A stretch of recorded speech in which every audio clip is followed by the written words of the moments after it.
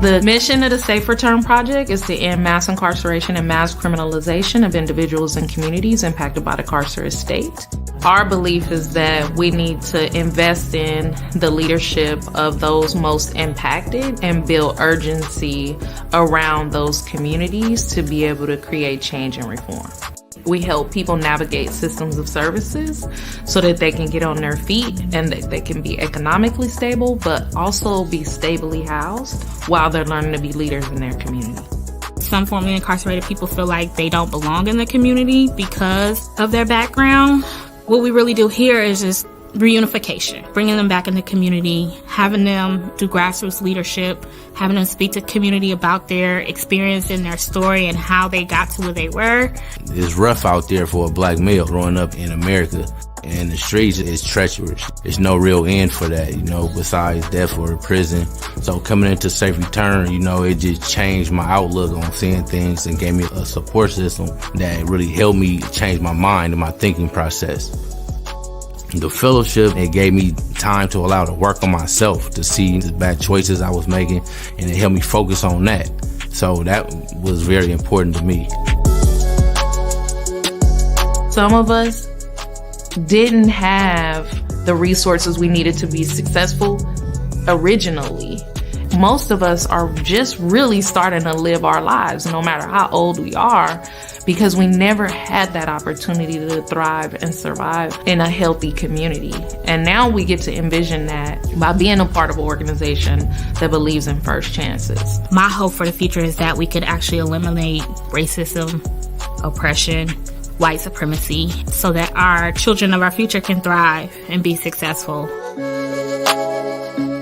My call to action to funders, donors, community members, folks who have been impacted, please make room for people impacted by the pain of incarceration and criminalization at the table of where decisions are being made, especially around funding and where movement dollars go, because most likely those are the folks who are going to know what needs to happen and where that investment needs to take place in the community. Invest in the Safe Return Project and the work that we're doing here in Contra Costa County, because it doesn't just impact Contra Costa. Safe Return has passed reform that has been nationally recognized and replicated, not just in California, but in other states. When I look at these systems that we're under, I don't think they're meant to love and nurture us. And I look at it as one big bully that we have to fight and correct. And I think that we should always think about investing in people over systems and investing in healing over harm. That's just some very deep self-reflection and healing that I've been able to do as a formerly incarcerated convicted person myself.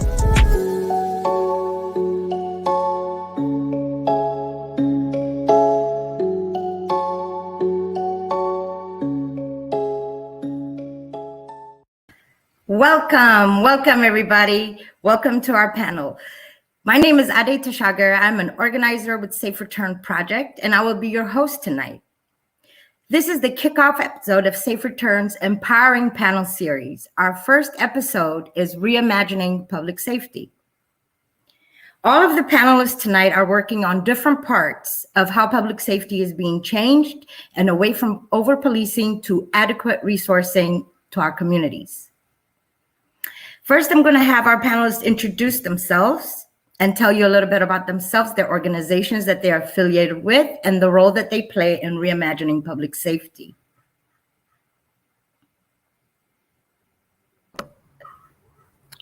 Hi, hey, hey, Safe Return. Hey, everyone. My name is Kristen Lobos. I am, first and foremost, advocate for people struggling with substance use disorders. I'm a recent 2020 grad of the Health and Human Service program at Contra Costa College, where I did my clinical internship at UGMA Family Recovery Services. I'm also the mother of a 25-year-old young woman who's in recovery from meth and heroin addiction. She's been in recovery since she was 17 years old. So it's been a long time. Her and I decided to both help other families. I've been an advocate countywide. I now serve on the Richmond Fund for Children and Youth Oversight Board, as well as the Reimagining Richmond Community Public Safety Task Force. And I'm really happy to be with you all this evening. Hi. Welcome everybody, and thanks Ide and Kristen. My name is Marisol Cantu. I am a third generation Richmond resident, and we're welcoming our fourth generation to Richmond as well. And so I am first a teacher and activist in the community, and I come to this work really humbled by my family's experiences with the public safety systems that we have. And I was most informed by my own cousin's story because of his life in the school to prison pipeline. And my cousin, by the age of 10 years old, was actually expelled from West Contra Costa Unified School District. And by the time he was 13, he was at Byron Juvenile Hall at the county. And then 18, he was at county jail. And by 21, he came out of San Quentin prison and passed a little bit later that year from gun violence. So I come with his story heavy in my heart. And for all of the Black and Brown folks that have been impacted by the police terror state that we're living in. And I am a community organizer for the Reimagine Richmond community group.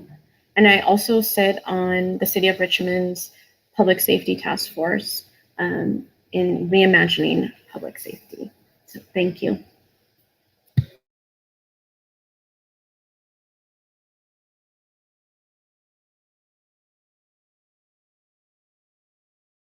Hi, everyone. Thank you to Ade and the Safe Return Project for hosting this great series. Really excited to be here. My name is Ali Saidi. I use he, him pronouns. I am the president of the Contra Costa Defenders Association. That's the union that represents the public defenders and investigators of the Contra Costa Public Defender's Office. I'm also here as one of the co-founders of the Contra Costa Immigrant Rights Alliance. And together we are part of the Reimagine Public Safety Contra Costa campaign. And so in addition to my work in the community as a public defender, as a criminal defense attorney, as well as a immigration attorney, a deportation defense attorney, I've been working at the intersection of the mass incarceration system as well as the mass deportation system for decades now. And I've really been heartened by the opportunity we have now to really transform these systems and reimagine something that actually works for our community, that makes us all truly a part of our community based on equity and public safety for all. So I'm really glad to be here. Thank you.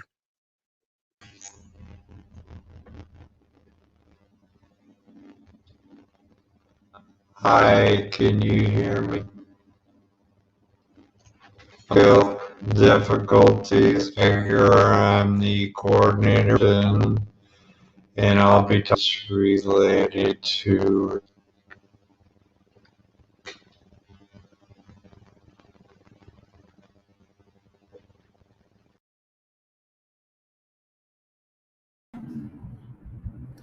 Hi, everyone. Thank you to the Safe Return Project and Ade and everyone that's helping put this together. My name is Danny Espinoza. I'm the campaign director at Lift Up Contra Costa. I'm also a community organizer and one of the co-creators and folks that are part of the Reimagine Public Safety Contra Costa campaign. And that's a countywide campaign that's looking to reimagine what public safety means and look at the structure of public safety. Who it serves, who has that power to control it. And I come here today and into this work really with, the deep impact that my family has felt. Both sides of my family have been deeply impacted by also the public safety system, specifically in Contra Costa. So I'm just happy to be here today and to be able to talk about some of these things, and hope we can find solutions to be able to bring these conversations to our communities, to our families, to our friends, and make this more accessible to folks. So thank you for having me today. Thank you. Thank you. We do have Dan Geiger from the Contra Costa County Budget Justice Coalition here with us, but we are experiencing a little bit of tech issues, but he is here. And I just wanted to let you guys know and tell you, thank you, Dan. And so let's get right into it. Let's reimagine public safety right now. Our first question that I would like to ask you guys is, how can we help the public visualize the difference of what for our community?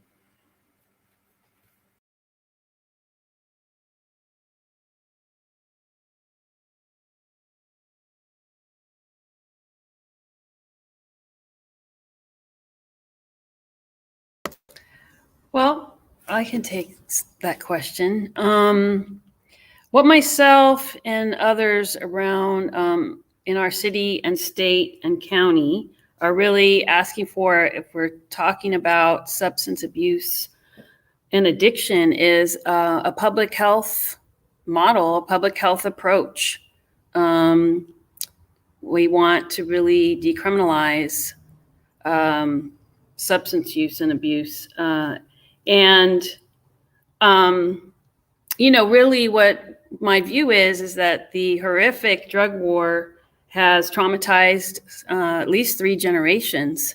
It's impacted my family in incredibly negative, horrific ways myself. My ex-husband suffered from mental illness and addiction. He was incarcerated. So my daughter, had her father incarcerated for the majority of her childhood.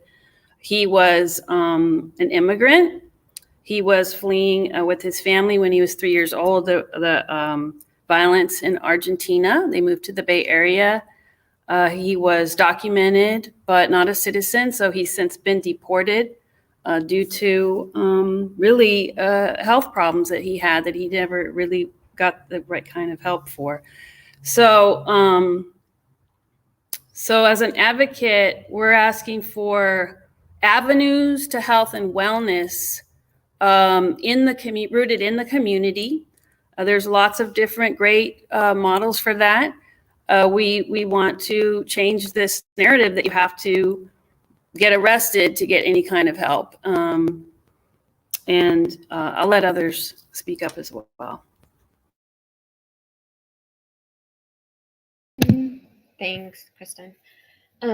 So the Reimagine Richmond group has surveyed over 200 people here in Richmond, and a lot of the themes that came up in that survey were really discussing the root causes of crime and violence in our city, and also the realization that a lot of times for Black, Brown, Indigenous, and other people of color communities, is that we actually keep our communities safe. Our neighbors, our residents, our friends, our family, we really keep each other safe. And so when we began reimagining public safety through the eyes of different community members, there was a reoccurring theme of whose safety is being prioritized in our city, and what does a public safety for all really look like, especially when we have a lot of BIPOC community members that have felt more harm than safety from our current public safety system in regards to policing. And so in the task force, the approach that we really took to tackling this was looking at a safety system that is more preventative, that is proactive instead of reactive. And as a task force, we were really able to see and meet with different people, mental health workers and other folks impacted in the system, criminal justice workers and social workers. And we all really came to the overall conclusion that right now we've had an over-reliance on policing for all of our community needs. And many of our community needs actually can be addressed with a community response versus an armed police response. And so looking through the eyes of our community members, we really wanted to address and start creating a system of public safety for all, and prioritizing BIPOC community members. And I think that if we need to create an image of that, I think the best image that the task force is trying to work on right now is when somebody is in a mental health crisis, when they're impacted the most in a moment, what is safest for them is an armed police officer that comes with a taser and their gun and handcuffs, really safety for a person in a mental health crisis. And we realized that a trained mental health community crisis responder and a medic would actually be the safer route for a lot of our mentally impacted folks. And so I think that's kind of the best example of trying to paint a picture of what happens when we don't have armed guards come into certain situations that often escalate a situation versus a collective care and community care approach.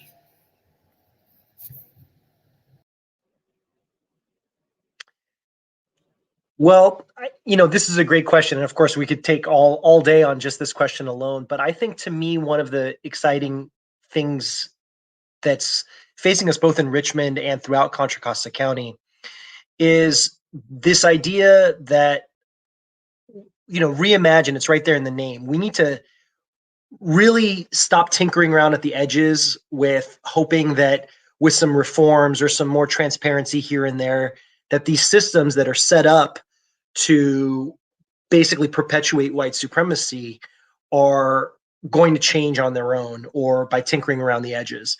So reimagining, what we're doing is we're looking at the structural issues, right? The structural issues that are perpetuating generational anti-Black violence, anti-Latinx violence, anti-Indigenous violence, and the list goes on and on. And as an immigrant and as somebody that has seen firsthand the ways in which the policing structures and law enforcement structures are used as mechanisms of both control and generational oppression are really, really basic. And so reimagining is really a chance for us to just stop right there and go, what do we mean by public safety at all? Because police don't actually prevent crime in 99% of the circumstances, right? So like Marisol was saying, different responses, where should we put our money? Instead of this giant police state, which is super, super expensive, if we spent that money on addressing the underlying causes that cause people to not be safe, as in mental health, substance abuse help, housing, all of those things, we can really change our community. And that's what I think the call is. The call is to reimagine and start experimenting with moving our funds and our priorities from policing in order to just make white people feel safe about this threat that, if my stuff is in danger, I can call an armed person to come show up at my door whenever I need. That version of public safety versus the version that we know that we see with the most impacted, which is things like access to good food, access to good schools, access to housing and healthcare and mental health care. So really exciting times. Yeah, great point, Ali. Thank you so much. So when I think about reimagining public safety and what that means, right? Even just the word reimagining, it means taking a look at the system, right? The system of what public safety is. And, when you break down what that really is, what public safety is supposed to mean, it's ultimately supposed to provide safety, and the sense of safety. And that's supposed to come directly from, our government, our the county, our cities, the communities that we live in, and we should be able to feel safe. And right now, as it stands, when we talk about public safety, and when we talk about what that means, the approach that has historically been used and really has proven to not be successful is using the approach of public safety as equivalent to policing, right? And we've had this system for quite some time where when we talk about public safety, you automatically, or whether it's the county, the city, or whatever it may be, we automatically think of public safety as this structure of policing. And what we're trying to say, I think what some of these movements that we're seeing across the country really come out and say is that public safety is not just about, it's not about policing, right? There's other ways that our own communities are able to protect ourselves. And as others have said, police don't prevent crimes. They respond to crimes. They're not being proactive, they're being reactive. And I think, what's also important to acknowledge and kind of bring up when we're talking about reimagining public safety is that this movement and these conversations are a direct response to the murder and the killing of Black and brown men, women, non-binary folks, mainly people of color. And after last summer, I think a lot of folks and a lot of conversations started to happen where we realized, this isn't something that we're just seeing on the news. This isn't something that we're just seeing on TV. This is something that is affecting our own cities, our own communities, our own county.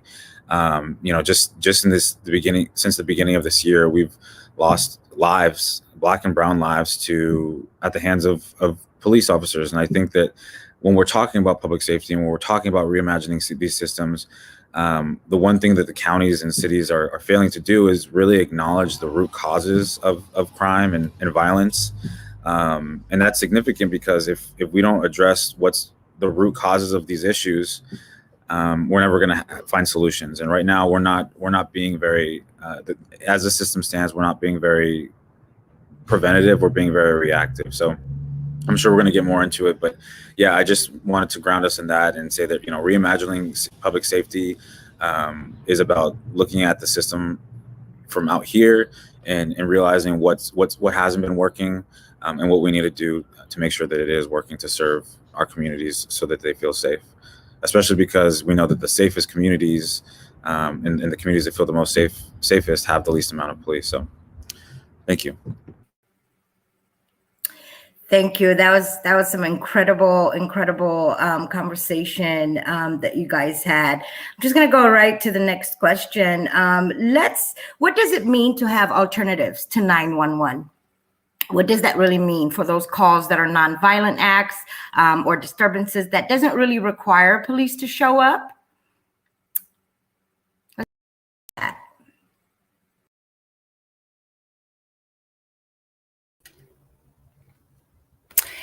Yeah, this is so important. Okay, so, and I'll try to be short because I could go on with this question.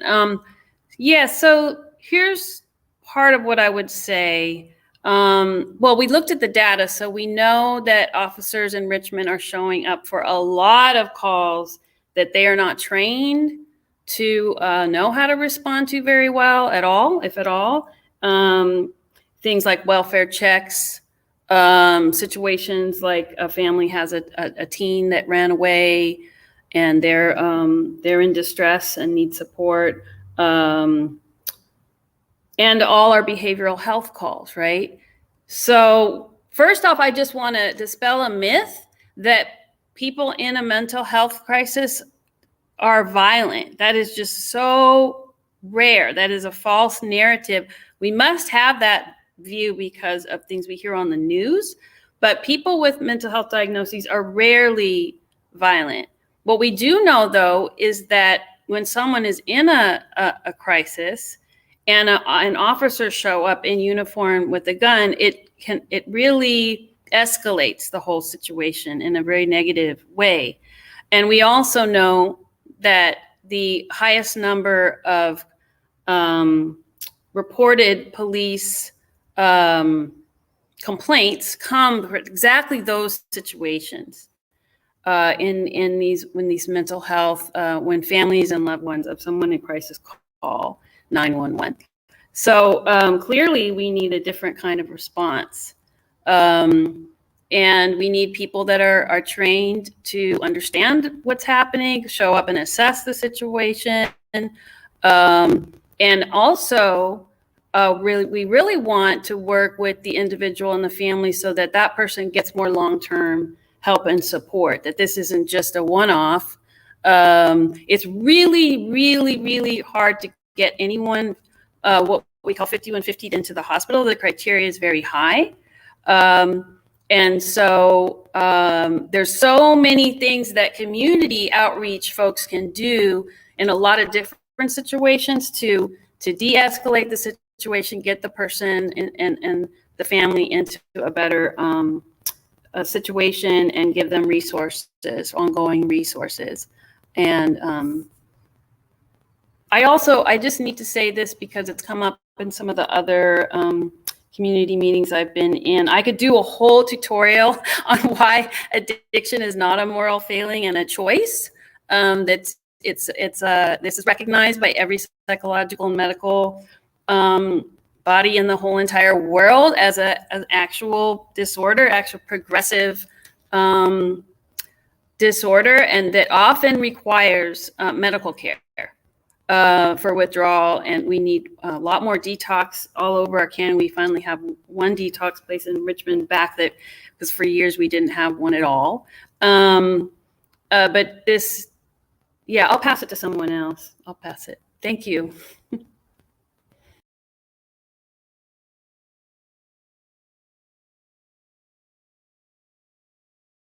Sorry, those are great, important points, Kristen. And I'll be brief, but really the idea around non-police responses is not something that revolutionary, and it's not something that is limited to mental health calls and so forth. I mean, we have basically funded this entire industry of,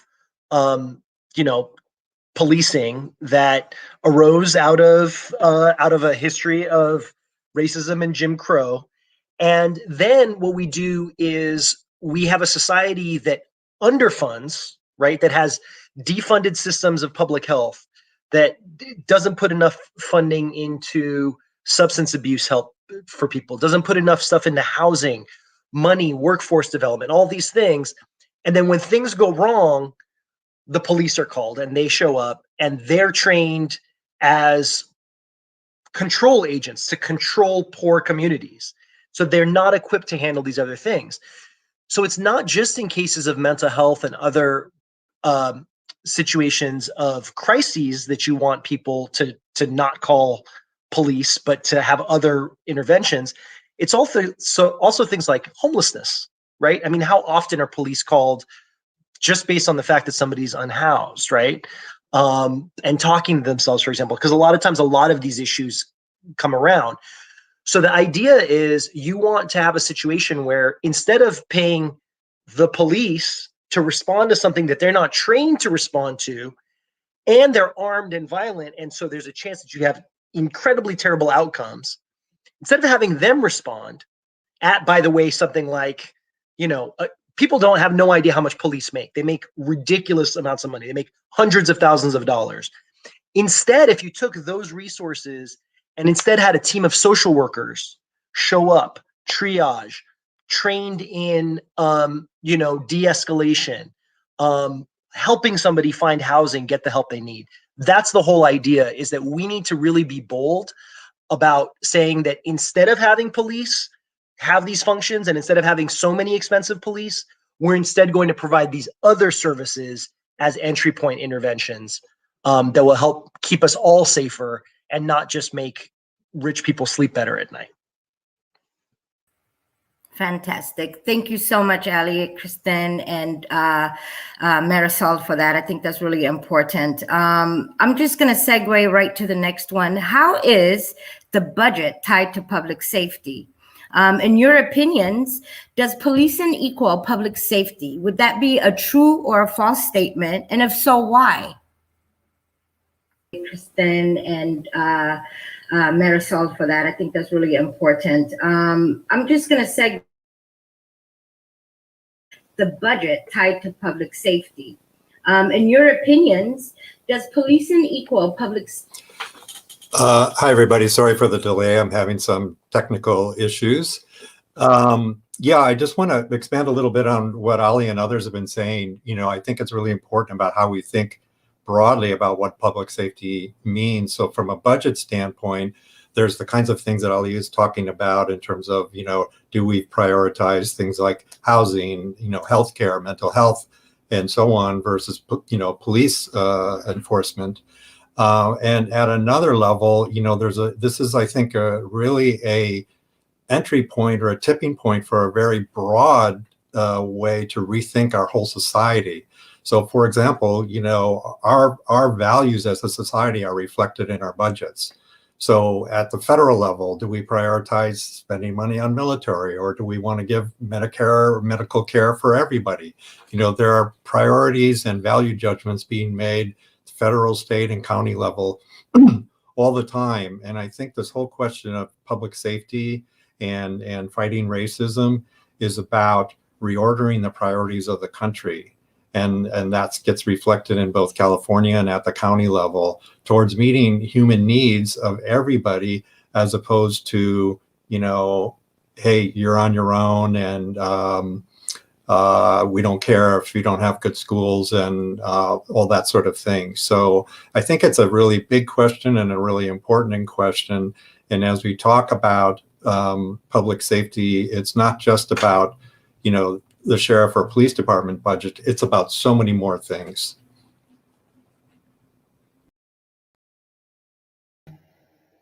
Thank you for that framing, Dan. Appreciate that. So I'm part of the Reimagining Public Safety Community Task Force, and I'm also on the subcommittee, which is called the Smart Budget and Reallocation subcommittee. And so the last couple of months, I have been studying and learning a lot about our budgets. And Dan, I completely agree, right? Our budget, our city budget, is really a moral contract between its city and what they choose to invest in for their residents and their community members. And so in Richmond and really across the nation, there's been an over-reliance on police, and that is reflected in the budget. And so when we talk about numbers, Richmond currently spends about 40% of the city's budget, which is a general fund budget that is made up of sales tax and property taxes, and essentially our residents' money goes into policing. So 40%. Now, what is that in real dollars? That's $67 million for one policing system in one city.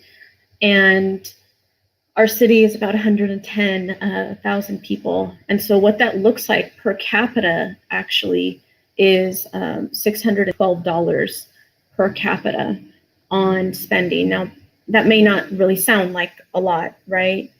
However, we compared it to some of the largest cities around our nation, and it came in fourth just after DC, San Francisco, and Oakland, and Chicago.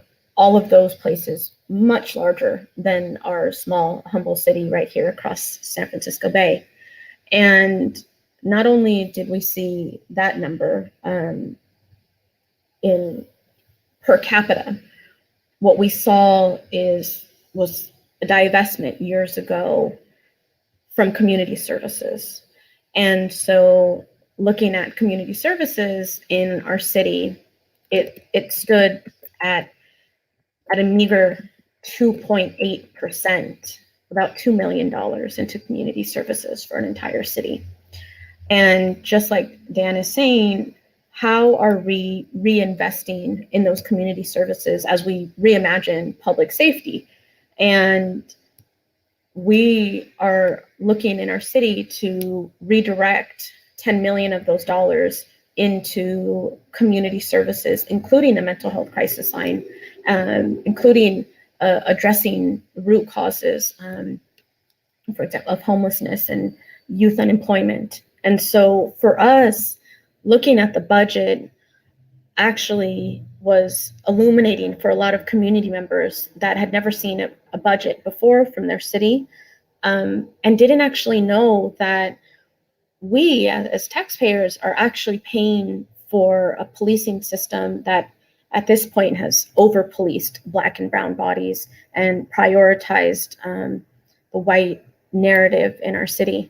And so really looking at our role as community members and creating a people's budget that's reflective of our values, and then holding city council members accountable to making sure that they have a contract that is community-led, that is people-led. And so I can go into numbers all night, but I'll pass it on. Thank you. Thanks, Marisol. Yeah, so the question is the budget tied into public safety, or does the budget what does it have to do with public safety, right?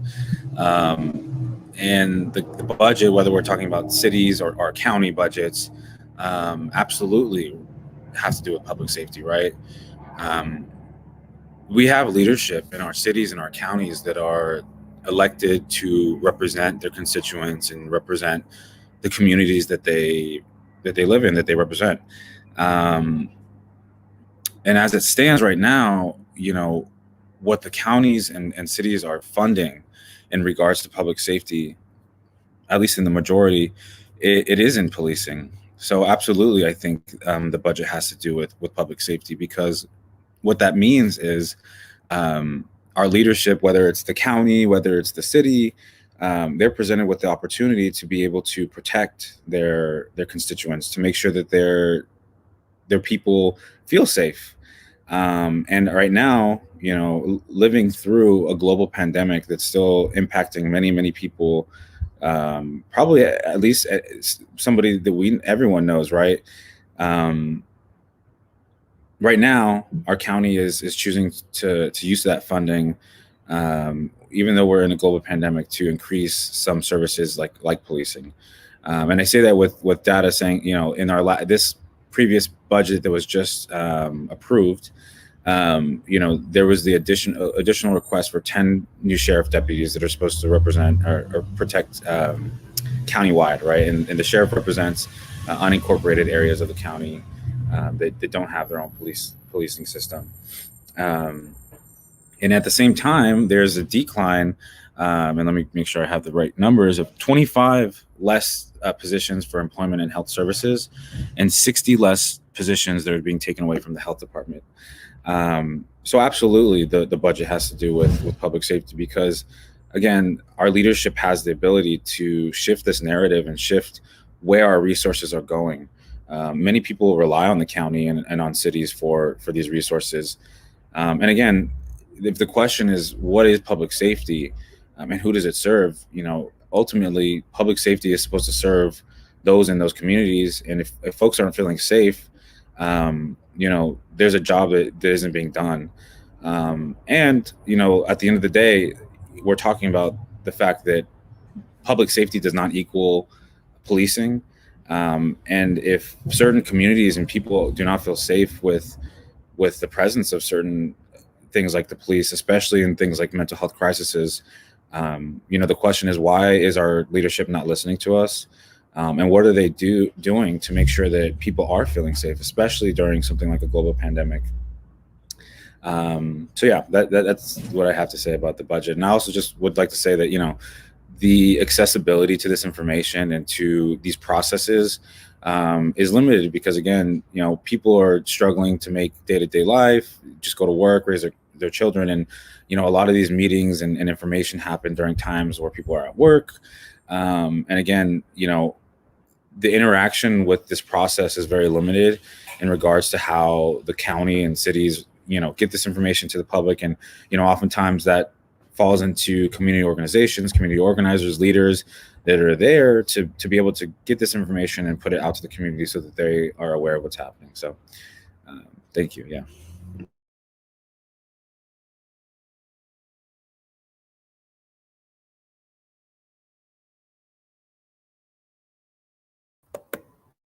Hey, sorry about that. Budget. So, but yeah, we talk about budget being a moral document. It's a moral issue. I'm just gonna say this. I don't believe it costs more money to take care of people. I just don't. I think it's really expensive to terrorize people, lock them up, and continue with the systems that we have. That's what I think about it. Yes, I feel you, Kristen. I totally share your sentiment. So let's follow the money. Let's follow where the money is, what is happening with it, what is happening with the increased sales tax in Contra Costa County for public safety known as Measure X.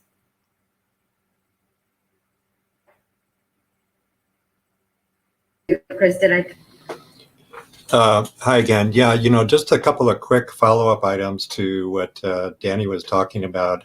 It's important to understand, how these priorities have been panning out. So, for example, over the past 7 years, there's been a 35% increase in adult detention facilities budget, while the population in those facilities has declined by 48%. So you actually have an inverse relationship between money going to detention and the number of people in detention, which is very hard to fathom how anyone can justify that.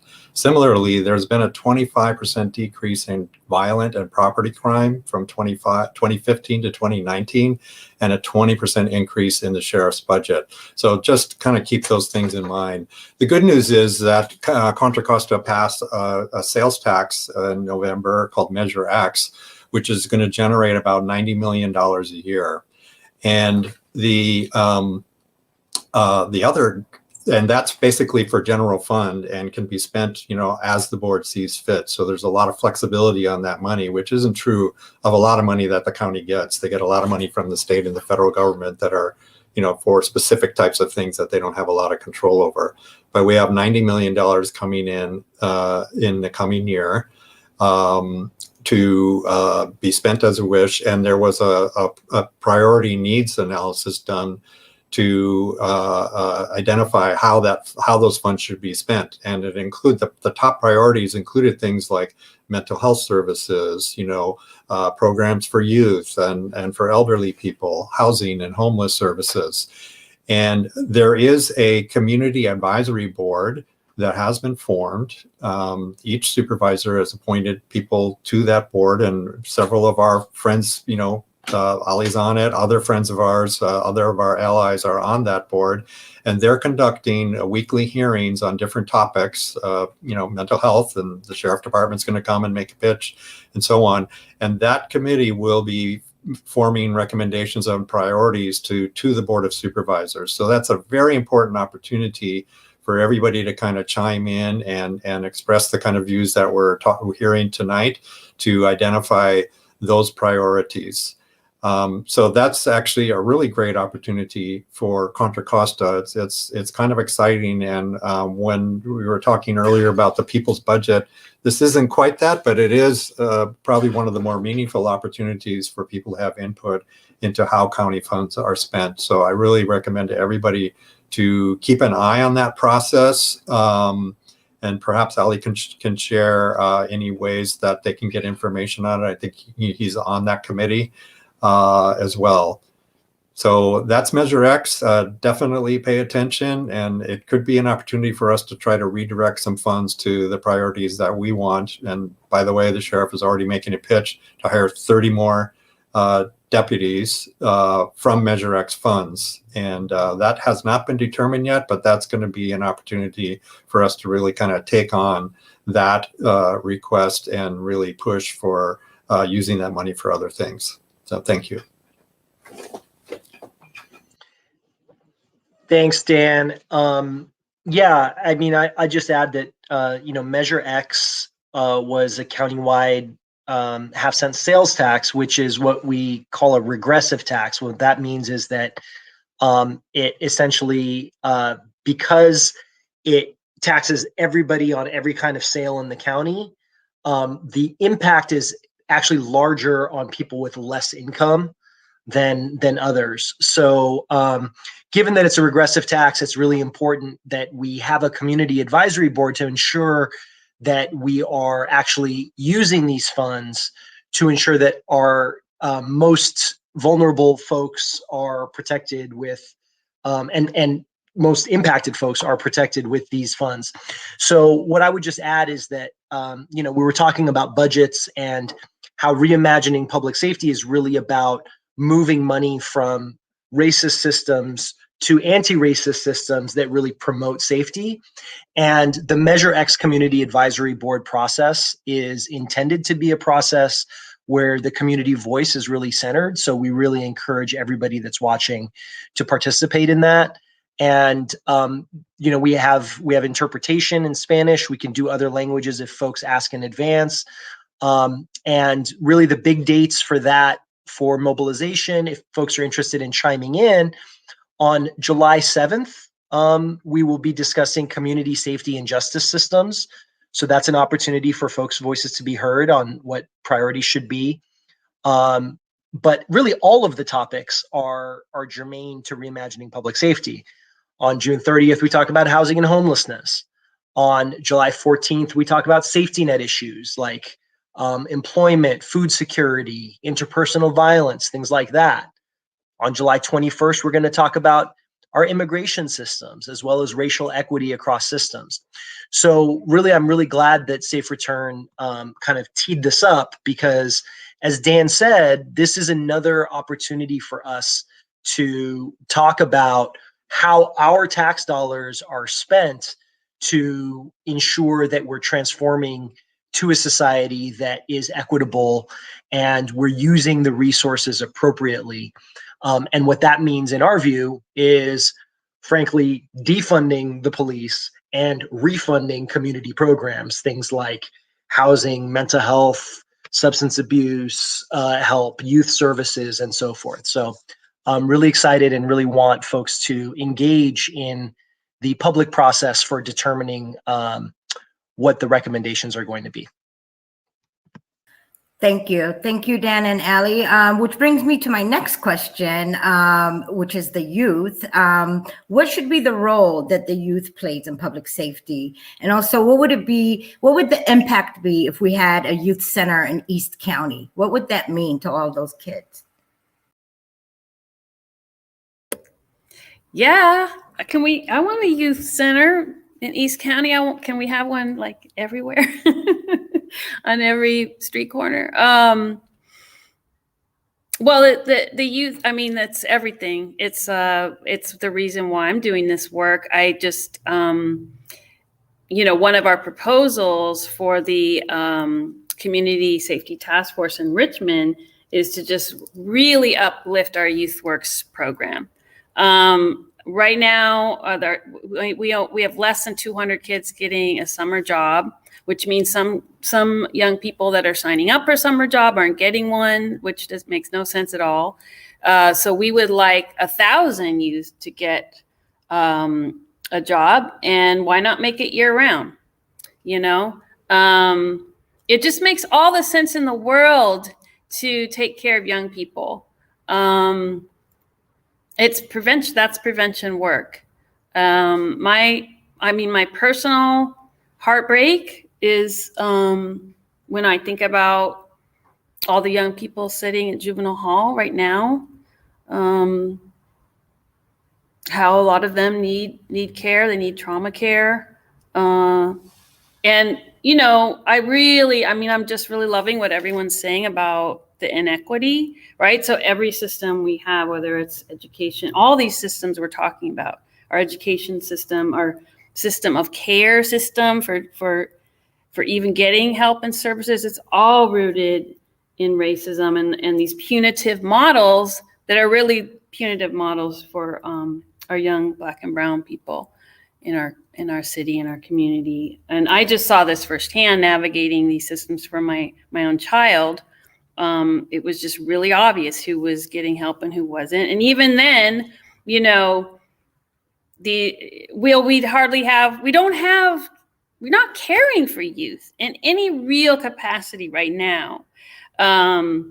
We'd rather not have our youth be in crisis, but so we're not taking care of them. And then when they are in a crisis, there's not really no crisis care to speak of. We've cut almost all of our adolescents rehab. The place where my daughter got well, which I had to take Kaiser all the way, file a complaint in Sacramento because they weren't going to approve her treatment. And then when they finally did, and she actually got well and spent 3 months, that place has been closed down already.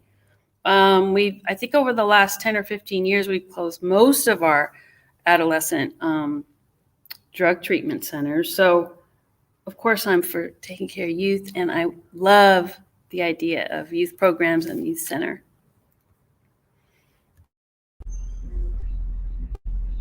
Thank you, Kristen. Yeah, that was great. Yeah, so when it comes to youth, I think I have a few different thoughts, right? So the first thought that I have is that that we should be engaging youth, right? We should be engaging youth, and not just youth, but really anyone on these processes of like who holds the power in our, who controls the things that affect us in our everyday life, right? For youth, that probably would be things like, you know, the school board, but it's good for them to know about the different processes of even the city council, the county level.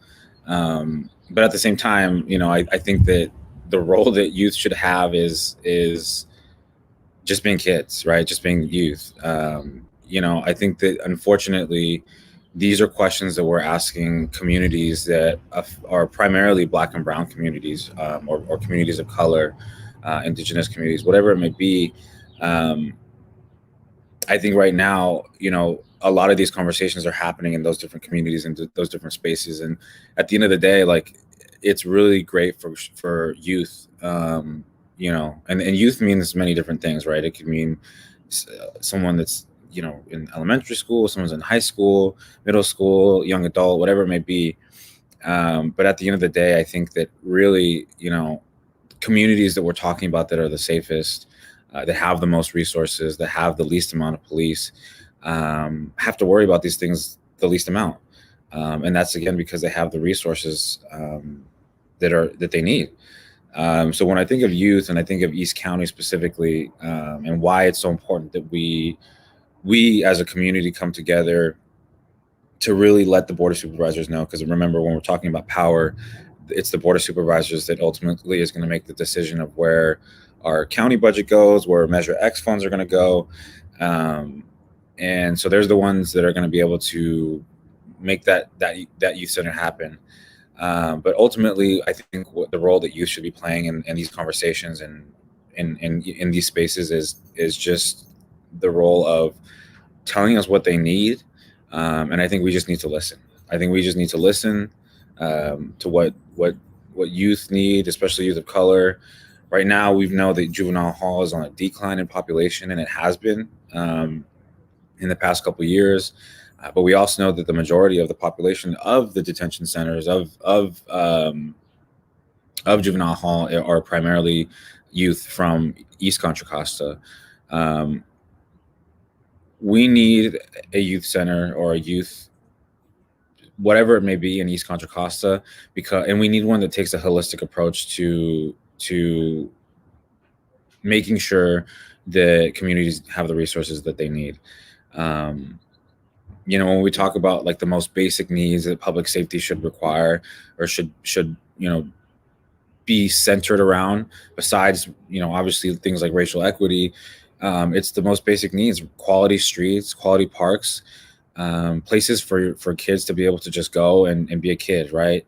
We know that parks are a huge part of like child development and making friends and just staying out of things that we don't want our youth to be a part of. So yeah, that's ultimately what I think the role of youth should be. Is one, their role should be telling us what they need. We need to listen to them, and I think we should engage them in whatever capacity they're willing to engage in. But at the end of the day, really, youth should just be.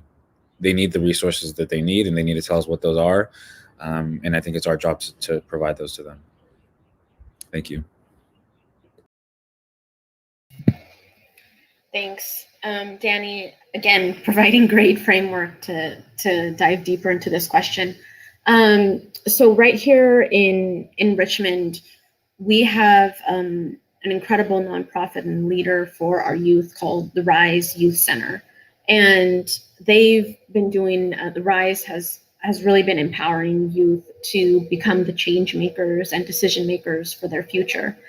And the task force saw the power that RISE has on our youth and really wanted to uplift their work. And what the task force decided was to include in the proposal $500,000 youth wraparound services for mental health for youth that have been impacted by gun violence here in Richmond.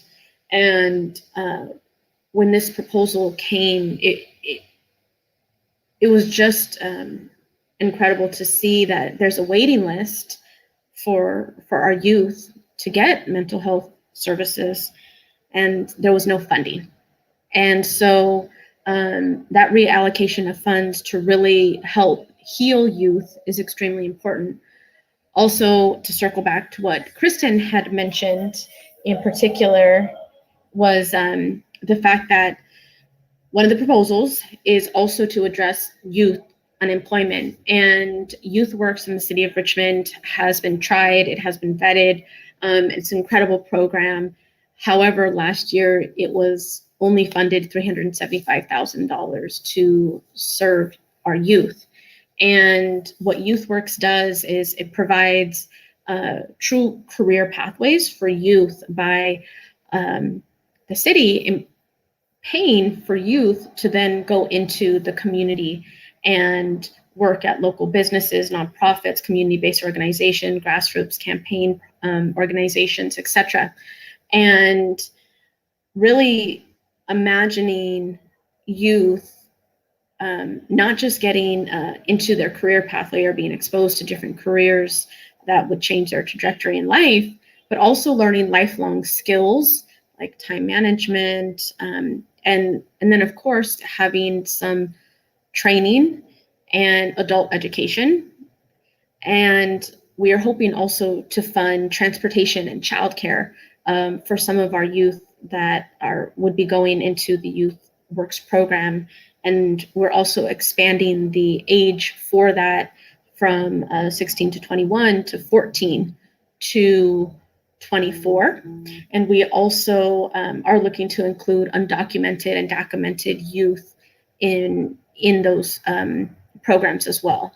And so really creating robust systems for our youth to become change makers in our community, to be able to be a little bit more sustainably, to have sustainable income, especially coming out of the pandemic.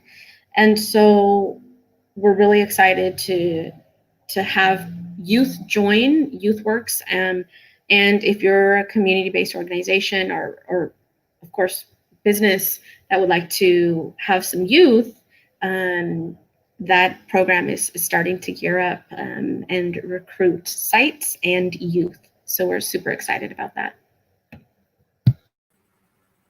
Absolutely. Thank you, Marisol. Yeah, I'm really excited about that too.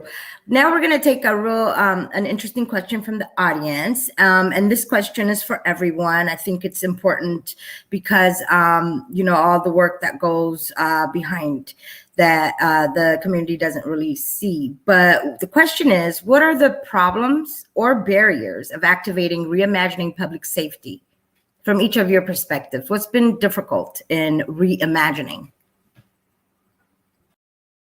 Oh, wow. Yeah, these are not easy conversations to have. We have a lot of differences of opinion and different life experiences that we bring into these conversations. What I see as a huge divide are there are people who feel like the police will keep them safe and they can call them and they will get some help. And then there's a whole nother part of our community that has a completely different experience, right? And feels not safe at all with police. And there's a big divide there.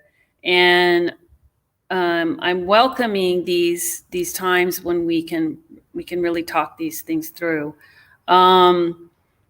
And I would say there's just a lot of misinformation, a lot of stigma.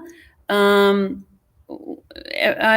myself and others were really speaking up for our marginalized friends and neighbors and community members and our things we've experienced and our own life experiences and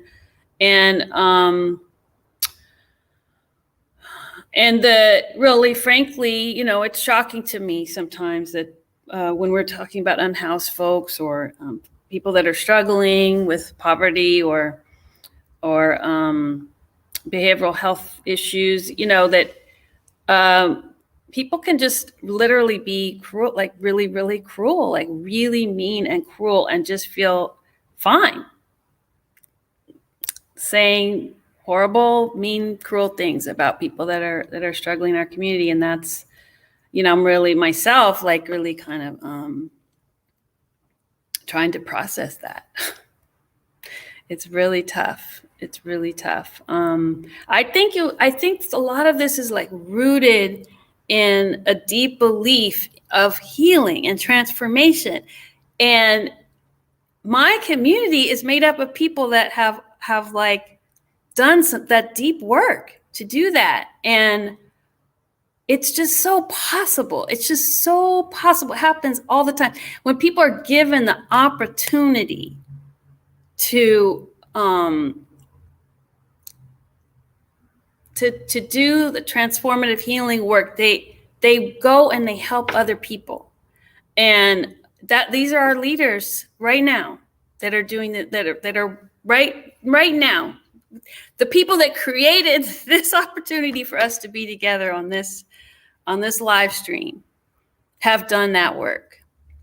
And it's beautiful and it's possible. So I have, in a way, compassion for the folks that just don't know that and are stuck in some sort of other reality, because we can just be more loving. We just can.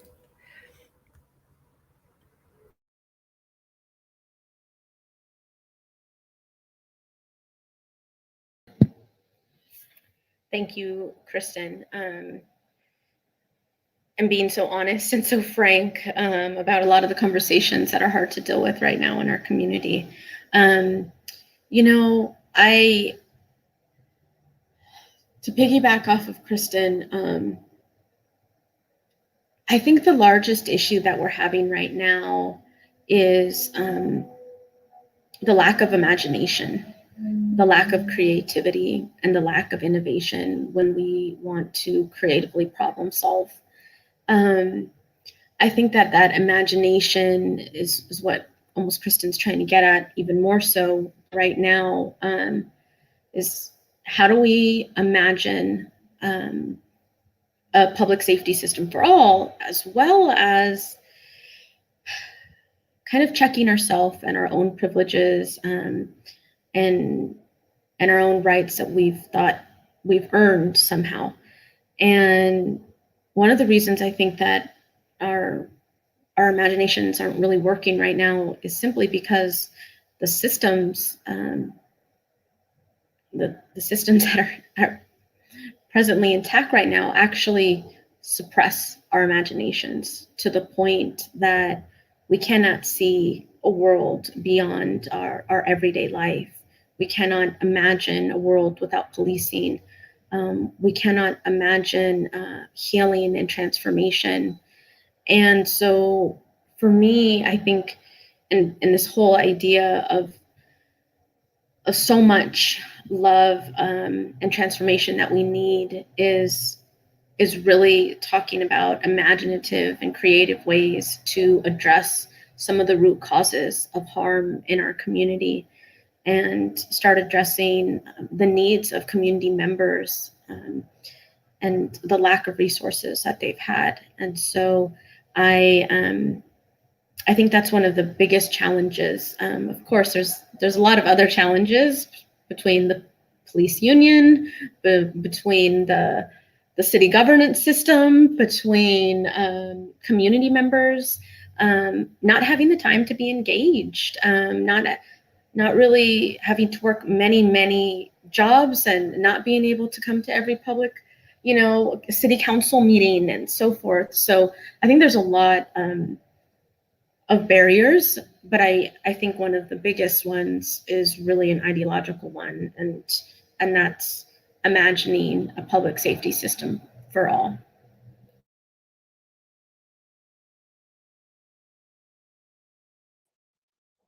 Yes, I just love what my fellow panelists just said, and I think those are challenges. But I also think those, inside their description of challenges, we also heard some of the strengths that we have. Right, this is a movement based on love for each other and recognizing that our collective well-being, our collective safety, our collective liberation is bound up not only with each other, but specifically with those that are most oppressed and targeted by the systems that we've set up. So I think it is really all about love. But I also think that in terms of kind of specific challenges to this great enterprise, because we do have this great opportunity to experiment, right? It's not just an opportunity; it's a kind of a moral imperative to stop doing what we've been doing, which has perpetuated generational harms time and time again in terms of our policing and our mass incarceration system.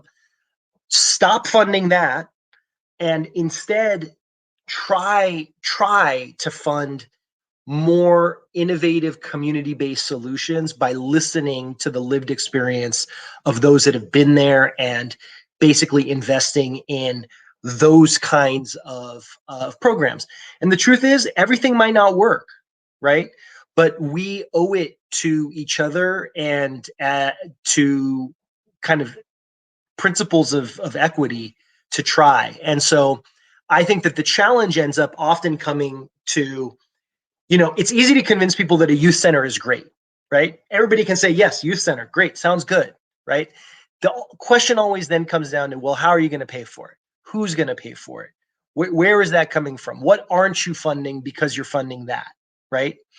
And that's the key connection that the folks that have been doing, like Safe Return Project has been doing justice reinvestment work since well before the uprising itself.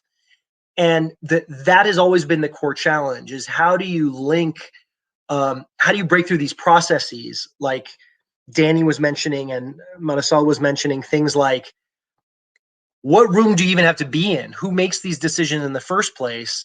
And how do we get a say?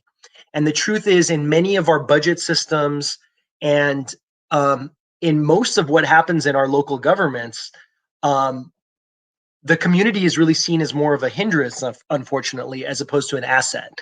And I think that's the great challenge, is how do we flip the script and make the voice of community a driving factor in how our collective resources are spent, and therefore on how we can transform our collective futures together.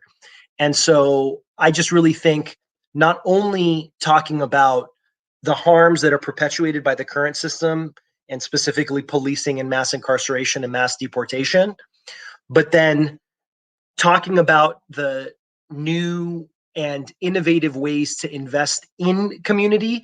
And that's really broad, right? And you can talk about every single person has something that they care about. And so you can find common ground and common value in those things. And then when the question comes to, well, how do we make that happen? That's the big key. That's the piece where we need to hold our local elected officials and our local systems to account to make sure that the procedures and the processes by which these decisions are made are open and transparent and actually inclusive of the voices that are most impacted. So I think it's a big challenge, but I think we're up for it if we root ourselves in our shared values of love and community. The procedures and the processes by Yeah, hi. I want to just follow up to some of the previous comments. Thank you, everybody. You know, it's the 1-year anniversary of the murder of George Floyd. It's a very sobering and touching and moving time we're in right now. And there's many challenges, but there's also great opportunity. You know, the whole country has had a very significant change of consciousness about all these issues, but it's only just begun.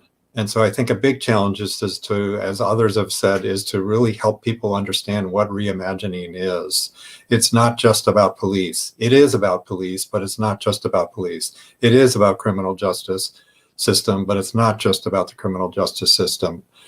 And so I think our challenge is to really help people understand this more deeply.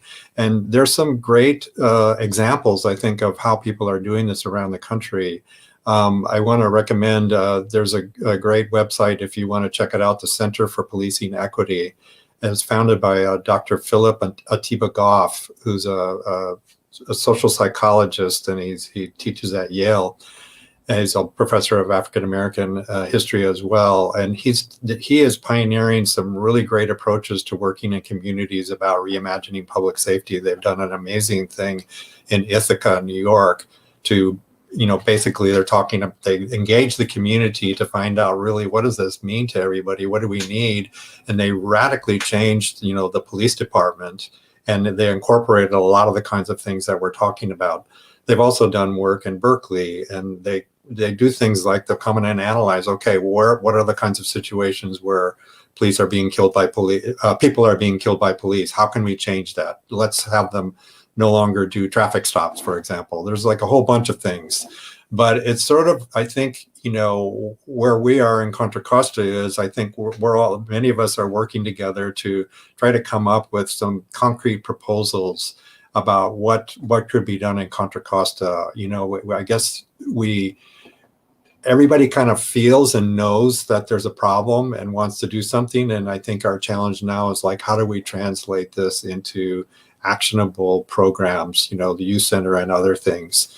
So I think, you know, in some ways this has been, you know, what a year this has been, and we've actually come a long way as a country in regard to consciousness about this and in Contra Costa, but we have a long way to go. So the work is just beginning, and we need you all to join us. And we have a great opportunity here. Thank you. Yeah, thanks, Dan. So I probably have two answers, right? So I have a more technical answer. And the more technical answer would be that, you know, what are some of the challenges that are preventing us from reimagining public safety? You know, first of all, I would say that there are systems that were put in place, that are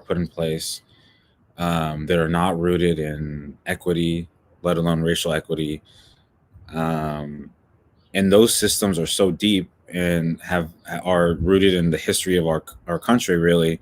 And they're on the federal level, the county level, the city level, the municipal level, the unified school district level, whatever, you know, all those different levels, right?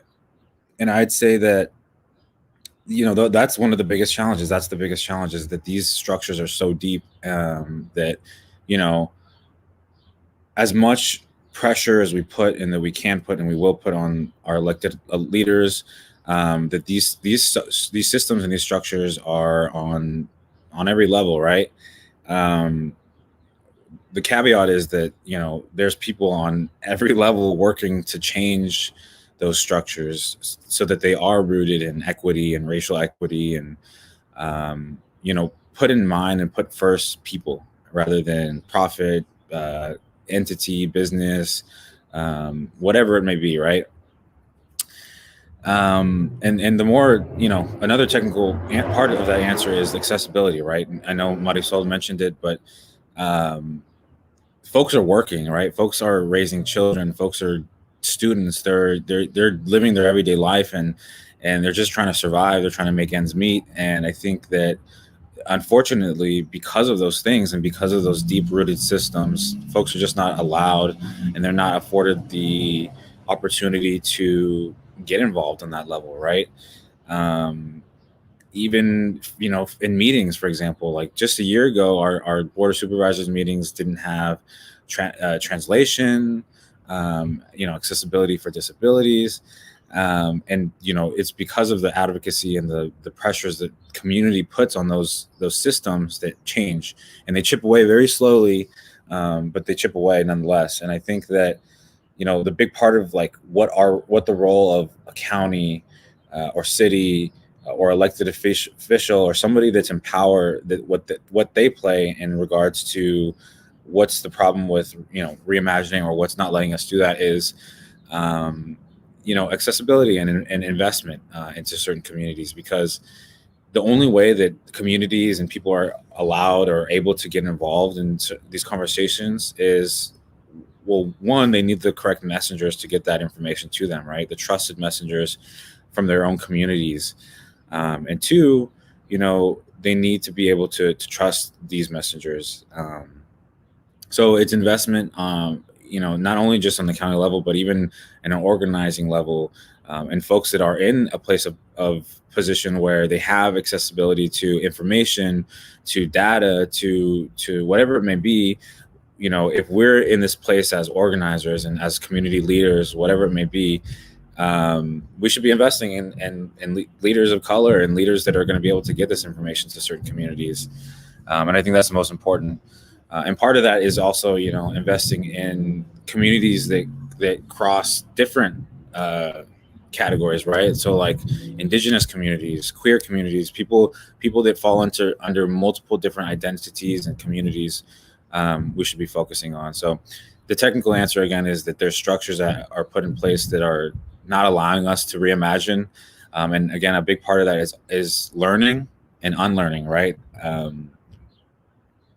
You know, I've had many conversations with people that have been deeply impacted, even my own family, even that has been impacted by these systems in Contra Costa specifically, that because of the way that we were taught and because of these systems that are so deep rooted, even within our education system and all those different things, you know, they're not able to comprehend or even understand a world without police, right? Or without it being the way that it is. And I think that in order for us to be able to reimagine, one, we need to be able to be willing to unlearn and learn different perspectives.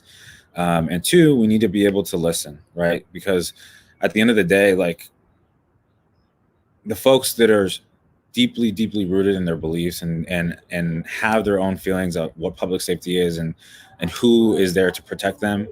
The only way we meet in some place is by having conversations. And again, that's coming with an open heart, an open mind, open ears, and acknowledgement of who people are and where they're coming from. So yeah, thank you. Thank you, Danny. That was well said. I appreciate that. And now, you know, I'm just going to bring up everybody for any last remarks that you all might have. Any last thoughts? I think, Danny, that was like a drop the mic moment. You're on fire. I just love it. Oh. Yeah, so if you have any last remarks, we'll take them now. And then, of course, I'm going to thank you guys.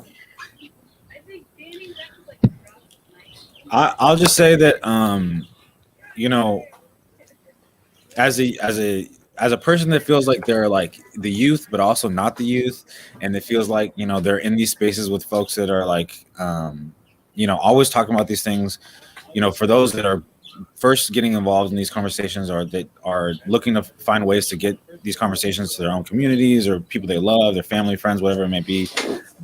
We're always open to suggestions, and we really, the way that we get our information and the way that we interact with folks is by listening to y'all. So yeah, any way that you all are willing to or think that we can get this information to folks, please reach out. If you want to get more information about the Reimagine Public Safety Contra Costa campaign and who we are, you can follow Lift Up Contra Costa on Instagram at Lift Up Coco Action. You can follow us on Facebook and Twitter at Lift Up Coco.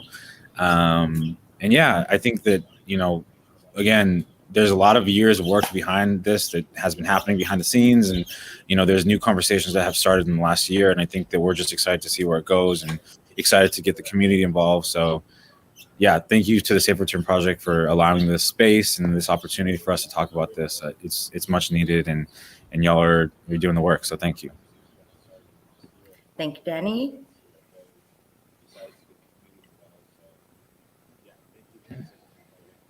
Yep. So I just wanted to also express gratitude for IDAY for hosting this and the Safe Return Project. For this empowering panel. I feel empowered by the people sharing the space with me, so thank you all. I also just want to have a plug for Richmond and Reimagine Richmond. We are currently in a very big fight for Black and Brown lives right here in Richmond. And what we are looking to do is reallocate $10.3 million from the RPD budget into community services. And so as we move forward, I encourage you all, if you're in Richmond or live, work in Richmond, to one, follow Reimagine Richmond on IG and on Facebook. And then, of course, through there's a petition. You can write emails. You can join our Thursday meeting at 6 o'clock. And so there's a lot more work to be done, and we're really just starting and scratching the surface at how we reimagine public safety. And so thank you. Thank you, Marisol. I'll just add, you know, every great thing we've ever accomplished in the history of this country has been with all kinds of community rising up and speaking out. And right now it's, you know, I'm a single mom and I'm able to attend a lot more meetings because I don't have to get in my car. I can just log in, you know, so please attend meetings, attend, if you live in Richmond, attend city council, attend our task force meetings, and sign up to speak. If you're doing countywide work, go to supervisors, and all the login information is up on everybody's county and city website. And speak up. Thank you, Kristen.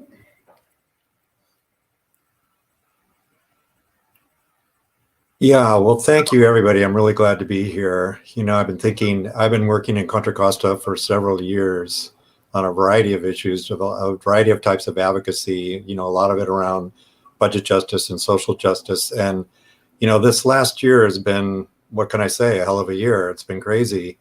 But the good thing that's come out of it is people have risen up and gotten active in Contra Costa in a way that I've just never seen before. So many organizations and people coming together, working together for common cause in a way that I've not experienced. I don't think anybody I know has experienced for God knows when, very, very long.